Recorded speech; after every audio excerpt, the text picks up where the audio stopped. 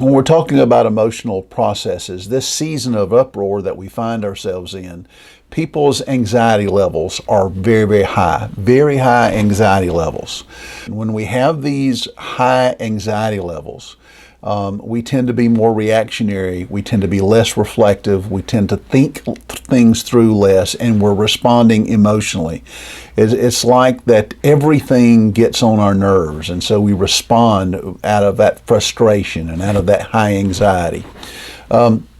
Many have suggested that actually what happens here is when we're in these high anxiety moments, it triggers what some refer to as a fight or flight response. What we're suggesting here is that we tend to be functioning out of our lower brain function. Some people call this reptilian function. Think about a reptile. Think about the way that a rattlesnake is coiled and rattling. It's warning you, but if you get too close, it just launches at you. And that's the way many people are during these times of high anxiety. If you get too close, if you get too touchy, they just launch at you. So they're suffering from this fight or flight response. They see you as a threat, and they see everything around them as a threat, so they launch.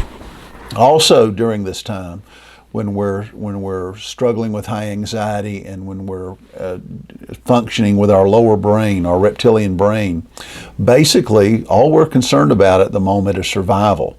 We're not thinking about flourishing. We're not thinking about well-being. Well-being becomes survival. The only things we think about during this time is food, sex, and safety. The problem is that in periods of intense anxiety lead to foolish decisions and interactions. We're not thinking things throughly. We're not thinking about boundaries, proper boundaries in our interactions with other people. So we make foolish decisions and have foolish interactions. We're reacting because we're processing emotionally with our lower brain function and out of high anxiety. We're acting instinctually. We have these instinctual responses to the point that we assess events, persons, and ideas based on our own personal anxieties and fears. Because we're suffering from high anxiety levels, we see everything through the lens of those high anxiety levels. And so this helps us from seeing things clearly. We need to understand that high anxiety and lower brain functioning mean that we can't think things through. We can't see things as they really are. Everything tends to be exaggerated. Now, this becomes very important in coaching and mentoring and in leading in our communities, because we need to understand that the more anxious we become, the more toxic we become. Anxious leaders become toxic leaders. We need to understand toxic leadership. We need to understand that sometimes the most charismatic people can be the most toxic people. We need to understand what's going on around us so that we can identify it, so that we can begin to offer a correction, and really importantly, so we don't begin to become toxic ourselves. So what is toxic leadership? Who are these toxic leaders? Well, toxic leaders are individuals with destructive behaviors and dysfunctional personal qualities that generate a serious and enduring poisonous effect upon individuals, families, and organizations they lead. Destructive behaviors, dysfunctional personal qualities that have a poisonous effect, that make the atmosphere, the room we're in, toxic.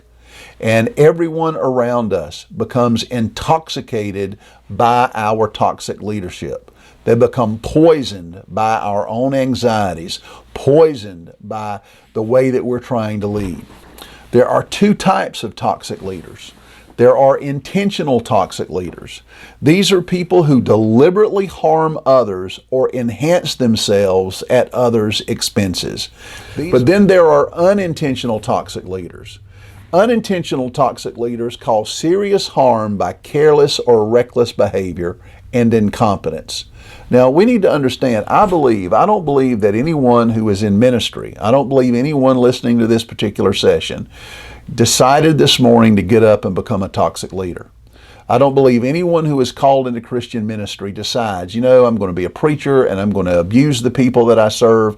I'm going to do this for self-aggrandized purposes. I just don't believe that happens. I do believe there are those kinds of people in the church, but I believe in the beginning that probably 99% of them had good ambition and good motivation.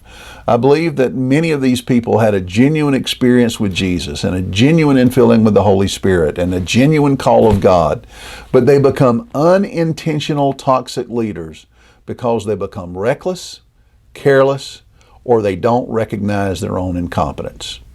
We have this sense that because we're called and Spirit baptized, that the Holy Spirit makes us omnicompetent, competent with everything. That does not happen. We need to recognize our weaknesses. We need to recognize our failures. We need to recognize our incompetences. If we don't do that, we become unintentional toxic leaders.